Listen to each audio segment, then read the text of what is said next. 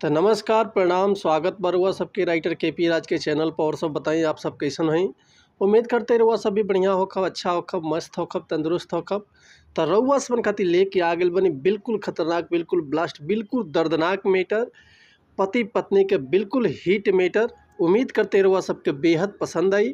अगर एकरा के रउआ बढ़िया म्यूजिक बनवा के बढ़िया से दिल से गायकी करी तनी तो 100% बाकी गाना और मार्केट में ब्लास्ट करी। लेकिन ऐसे पहले रुआ सबन से एगो बात कहल चाहब कि अगर रुआ गायकी में इंटरेस्ट बा, गायकी कल चाहतनी, गायकी रुआ के पसंद बा और रुआ के बढ़िया मेटर नहीं मिलत, बढ़िया गाना नहीं मिलत, बढ़िया से तुकबंदी नहीं मिलत, बढ़िया रुआ सबन के म्यूजिक नहीं मिल पावत, बढ़िया से रिकॉर्डिंग नहीं हो पाओ, तो रुआ अगर हमारा चैनल पर आ गई बनी तो रुआ सबन के निराश भेले के जरूरत नहीं है। काहे से कि रुआ सबन खातिर हम हर एक प्रकार के सॉन्ग लिखिले, हिंदी में होके, चाहे भोजपुरी होके, चाहे ट्रैक पर होके, चाहे नया कंपोजिशन होके, चाहे वो अपना फरमाइश के हिसाब से कोनो भी मैटर लिखवा सकिले। लव सॉन्ग, ऑर्केस्ट्रा सॉन्ग, बेवफाई सॉन्ग, पूर्वी, निर्गुण, भजन, लोकगीत, लयदारी, रंगदारी, जातिवाद सॉन्ग, चाहे ऑर्केस्ट्रा मैटर, चाहे रुआ लगन स्पेशल बराती सॉन्ग, चाहे सैड सॉन्ग, चाहे विदाई गीत, चाहे विवाह गीत, चाहे वो अपना मनपसंद के कोनो भी मैटर लिखवा सकिले, वो बिल्कुल चीज़ चार्ज पर। तो ये से कहल चाहब रउआ सबन से कि रउआ अगर हमारा चैनल पर आ गइल बनी और चैनल पर नया बानी, चैनल पर पहला बार बानी, तो चैनल के सब्सक्राइब कर ली, बेल आइकन प्रेस कर ली, ताकि कोनो वीडियो अपलोड करी तो सबसे पहले नोटिफिकेशन रउआ सबन के मिले। अगर वीडियो रउआ सबके अच्छा लगा था, गाना पसंद आवता तो एगो प्यारा सा कमेंट कर दी। चलिए देर ना करते हुए आज के मैटर देखल जा कैसे बा, का एकर लय बा, का एकर धुन बा, रउआ सबन के हम गा के बताओ तनी।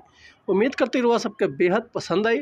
तो चलिए देखिए आज के गाना कैसे बा। एगो औरत अपना सखी के लगे फ़ोन कैले बाड़ी या सखी से कहत रही, सखी कहो अपना सैया जी के समाचार।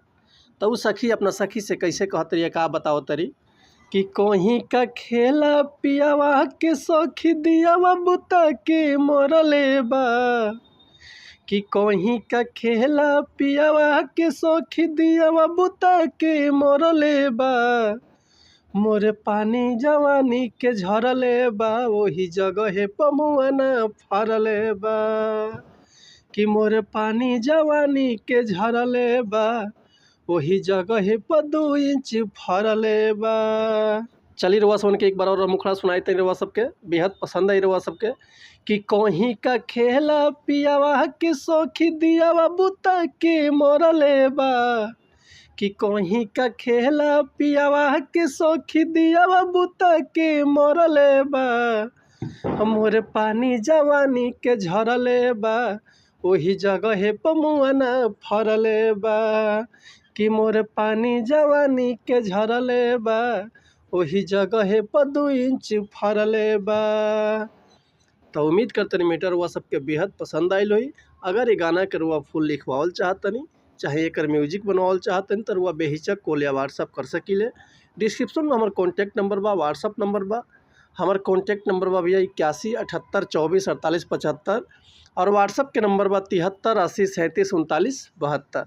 लेकिन एक और बात रुआ सबसे कहल चाहब कि अगर हमारा गाँव में कहीं मिस्टेक होता तो भैया क्षमा चाहतनी, ऐसे कि हम तो गायक ना ही, हम तो राइटर रुआ सब के खाली बता सकिले, समझा सकिले। तब मिलत है नेक्स्ट वीडियो में कुछ नया गाना, कुछ नया धुन, कुछ नया कंपोजिशन लेके। तब तक के लिए रुआ सबसे अनुमति चाहतनी। नमस्कार, प्रणाम, जय हिंद, जय भारत, जय भोजपुरी समाज, हर हर महादेव, जय शिव शंभु, जय माता दी।